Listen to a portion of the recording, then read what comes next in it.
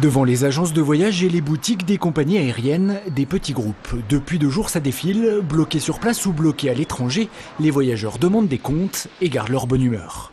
On est arrivé à Lyon samedi parce qu'on voulait juste passer le week-end à Lyon et ensuite partir à Venise. On vient de Versailles et on est réinscrit pour mercredi matin sur un vol. On prendra une rame, un bateau quoi. Ceux qui n'ont pas pu partir préfèrent en rire. Le problème, c'est ceux qui sont bloqués à l'étranger. Dans cette petite agence de voyage du 6e arrondissement, le téléphone sonne en continu. À l'autre bout du fil, des touristes à rassurer.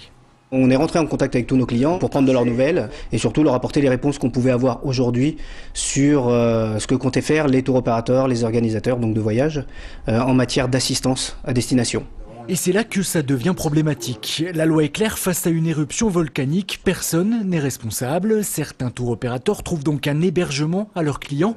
D'autres les rapatrient sur des aéroports ouverts en France ou en Europe. Dans tous les cas, c'est à l'agence de voyage de les ramener ensuite sur Lyon. Je vous appelle, on est une agence de voyage à Lyon. Et j'aurais voulu mettre en place un transfert en autocar et je voulais savoir si vous étiez en mesure de le faire. On va essayer de trouver des solutions pour mettre en place un car pour que les gens puissent rentrer jusqu'à Lyon, sachant que ces frais de toute façon seront à la charge du client.